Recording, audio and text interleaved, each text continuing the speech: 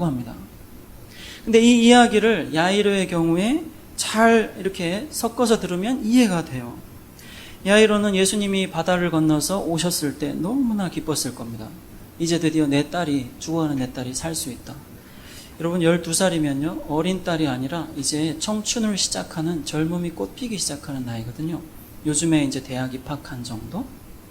근데 이제 당시에는 15살쯤에 시집을 갔다고 생각을 하고 있어요. 그러니까 마리아도 아마 15 근처에서 예수님을 낳았을 겁니다. 근데 이분이 예수님을 만나서 이제 희망을 가지고 가는 도중에 자기 딸이 죽었다는 이 어려움, 그리스도인들에게 죽음이라는 것만큼 위협적인 어려움은 없거든요. 그때 이 사람이 가지고 있는 예수가 고칠 수 있을 것이라는 믿음이 사라져버려요. 그러자 예수님께서 두려워하지 말고 믿기만 하라면서 사라져버린 믿음을 포기하지 말라고 다시 한번 붙잡아 주시죠. 여러분, 이 야이로와 달리 오늘 우리가 보는 12년간 비정상적인 하혈을 계속했던 이 환자 한 여인의 경우는 또 다른 화음을 들려줍니다. 그 씨앗 중에서요, 어떤 씨앗은 땅에 떨어져서 자라긴 했는데 그만 가시나무 숲에 떨어져 버려서 가시나무가 이 자라나고 있는 씨앗을 이렇게 꽉 덮어버리는 바람에, 정말 한 줄기 햇빛도 들어올 수 없을 만큼 꽉 덮는 바람에 예수님의 표현에 의하면 그 씨앗을 가시덤불이 질식시킨다고 합니다. 그런데 이 여인의 상황을 보면은요, 예수님이 얘기한 바로 그 씨앗의 상황을 볼 수 있어요. 여자가 12년 동안이나 이 하혈을 계속하면서, 여러분 어떻게 생각하십니까? 건강한 여인으로서, 정상적인 여인으로서 일정한 때가 되면 이렇게 하혈을 하는 여성의 경우 결코 체력이 크게 저하되진 않죠.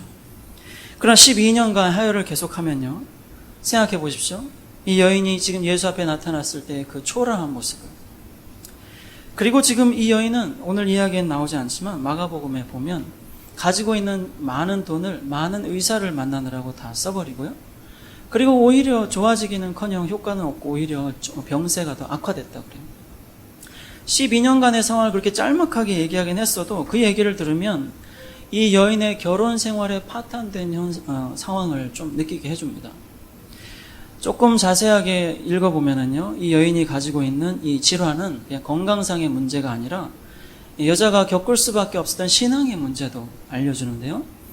이스라엘 사람들이 예수님이 오셨을 바로 그때까지만 해도 지켰던 그 법에 보면은 여자가 건강하든 건강하지 않든 하혈을 하게 되면 부정하다고 생각을 했습니다. 사실 남성도 비슷한 그 유출, 몸에서 무언가가 나오는 현상, 피부에서든 생식기에서든 그럴 때는 부정하다는 게 일반적인 유대인들의 정결법이었었어요.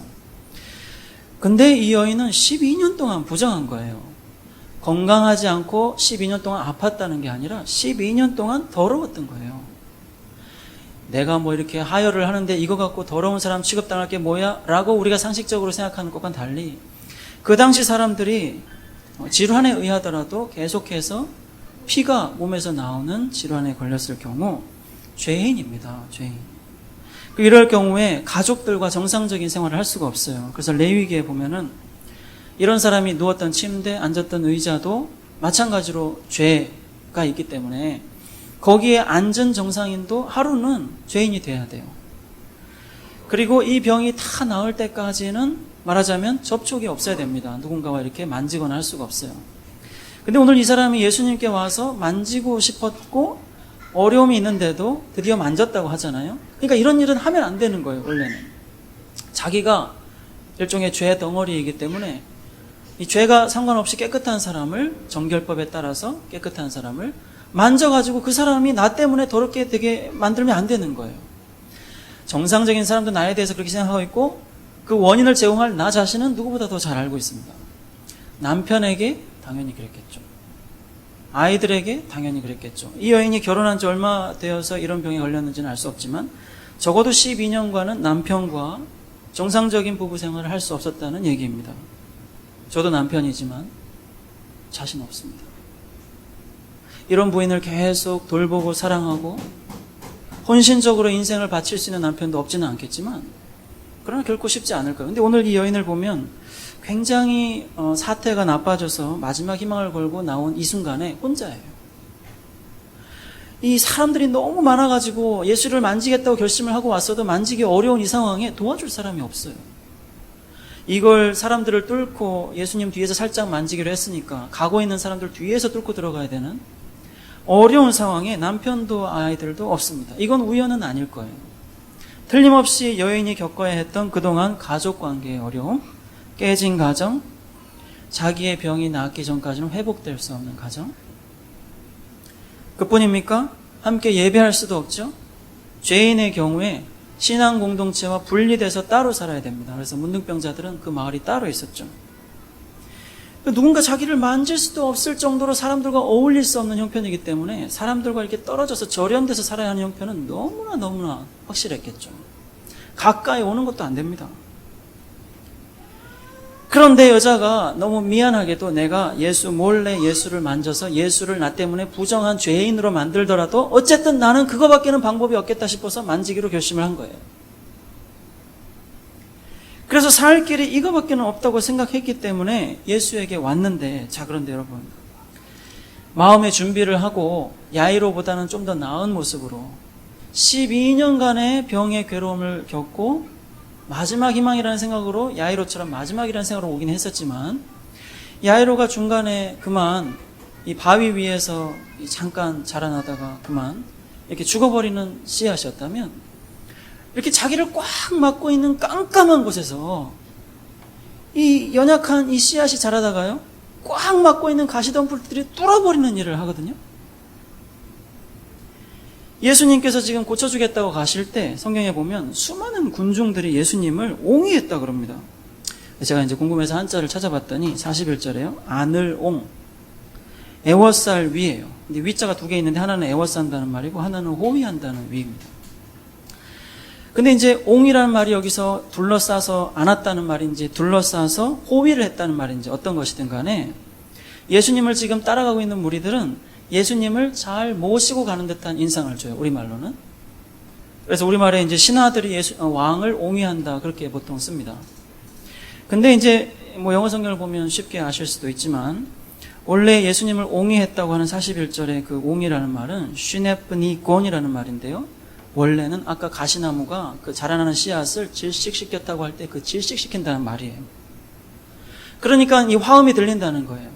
바로 직전에 어떤 씨앗을 가시덤불이 자라지 못하게 죽였다고 했는데 정말로 뚫고 나서 열매를 맺어야 될 이 긴박한 상황에 그만 숨을 못 쉬게 해서 죽였다고 하는데, 한 여자가 예수가 필요해서 드디어 손을 뻗어서 만지려고 하는, 이 손을 뻗는 거 말이죠. 이렇게 만지려고 할 때 손을 못 뻗게 하는 게 뭡니까? 예수님을 애워싸서 예수님을 질식시키려고 하는, 예수님을 따라가는 사람들, 군중이라고 하죠. 이 군중들이 예수님을 정말 질식시키려고 하는 살인 의지를 가지고 있었어요. 씨앗을 죽였다고 하듯이 이 군중들이 말씀이신 예수를 다시 한번 애워싸고 죽이려고 하고 있어요. 근데 예수님을 따라가는 건 다 이런 것일까요? 예수님이 무언가 지금 누군가를 고치려고 하시는데 그걸 보겠다고 생각하고 예수님 정말 고칠 수 있어, 그런 마음이 없었다면 왜 따라갔겠습니까? 그죠? 예수님이 지금 저 죽어가는 회당장 야이로 씨의 그 외동딸, 우리도 잘 아는데 너무 불쌍하잖아, 이제 고치실 수 있대 라는 생각으로 가고 있는 사람일 거예요.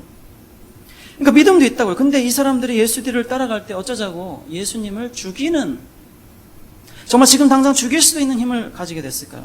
이 사실을 강조하는데요, 성경이 45절에 예수님이 나중에 누가 나를 만졌냐고 물었더니, 아니 만진 사람이 어디 한두 명이겠습니까? 예수님을 질식시킬 정도면 예수님과 닿지도 않고 떨어져서 이렇게 하는 게 아니죠. 예수님을 아예 꽉 붙은 채로, 예수님 바로 뒤에 있는 사람이 예수님과 딱 붙고, 그리고 예수님 뒤에 있는 사람은 그 사람을 또 밀고 하는 식으로 완전히 붙어 있어갖고 예수님을 만진 사람으로 따지자면 너무나 많잖아요. 그래서 예수님이 갑자기 뒤를 확 돌아보면서 누가 나를 만졌냐고 했더니 그 수많은 만졌던 사람들이 만졌으면서도 안 만졌다고 하는 상황이 벌어지네요. 그러면서 베드로가 이렇게 얘기합니다. 저들이 당신을 꽉 잡고 꽉 누르고 있습니다. 지금도 예수님이 군중을 애워싸고 군중이 당신을 애워싸고 미는 걸 보고 있으면서 누가 나한테 손을 댔냐고 물으시다니요. 그러니까 사람들이 다 아니라고 하는 이 당황스러운 시간에 베드로가 변명처럼 하는 말이 뭐냐면